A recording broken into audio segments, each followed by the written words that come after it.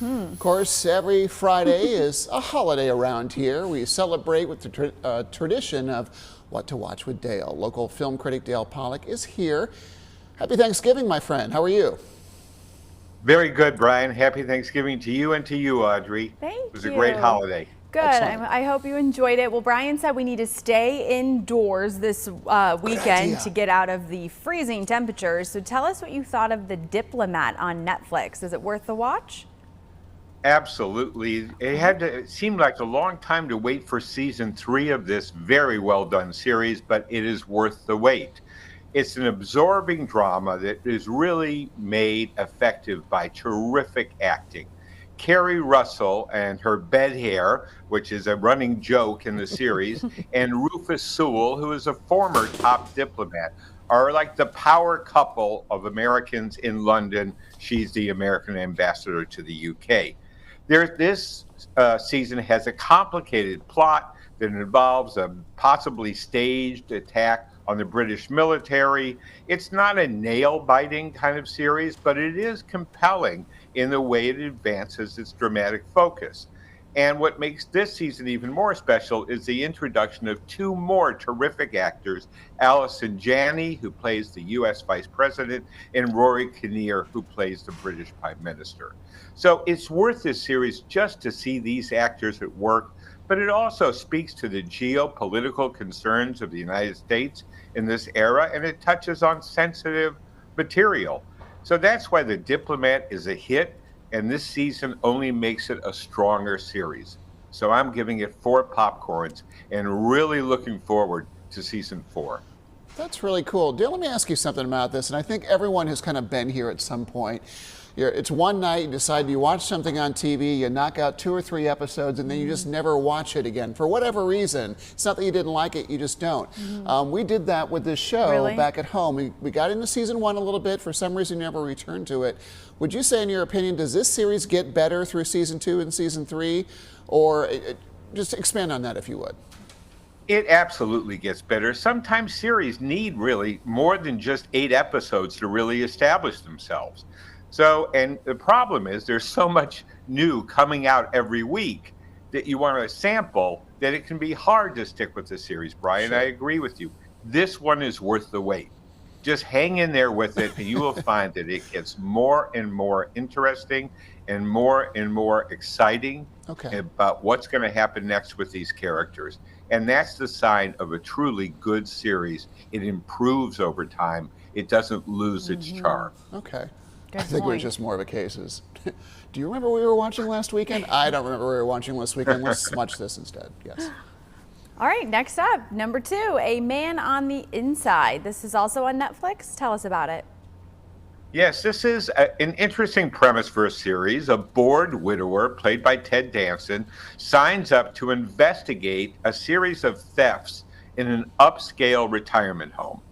Now you're wondering, how does this sustain over 8 episodes? And that's because, once again, the acting is so good, not only from Ted Danson, who it's hard to believe is 77 years old and has not lost a beat in his way he portrays his characters.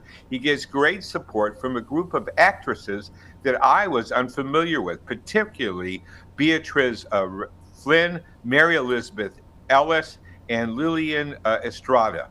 They play both the person who hires him as a private investigator, who plays his daughter, another actress, and then the best is the manager of the retirement home.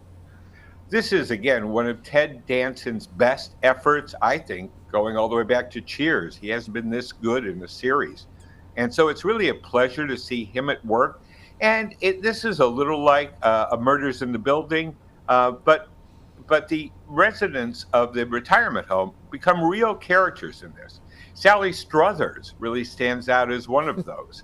So it's fun to see these older performers find a new way of showing their professionalism and showing their chops as actors. And that's what carries this forward. The mystery is not very great, but the acting is top notch. And you know, again, Brian, why do you return to a series? I think it's because the actors want to make you come back.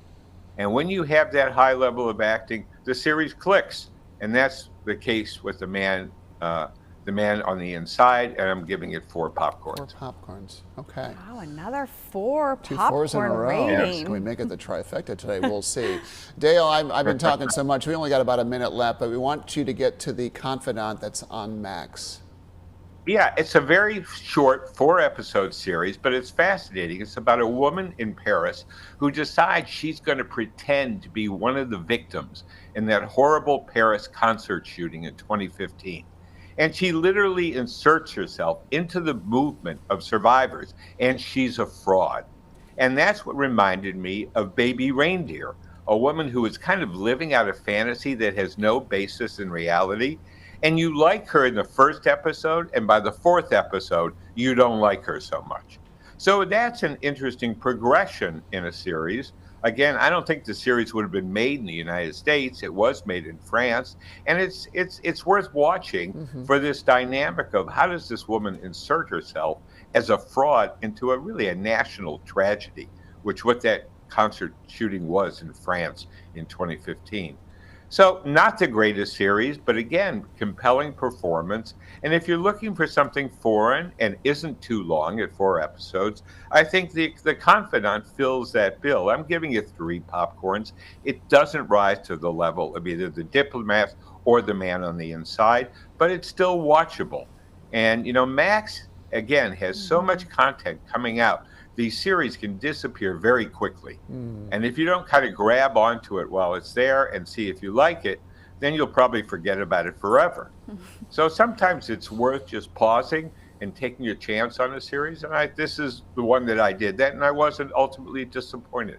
Wow. Well, Okay. I like these options for our weekend. Yeah. Now we Right. know what to watch with Dale. Thank you so much for your insight. And here are those titles one more time. The Diplomat on Netflix, A Man on the Inside also on Netflix, and The Confidant on Max.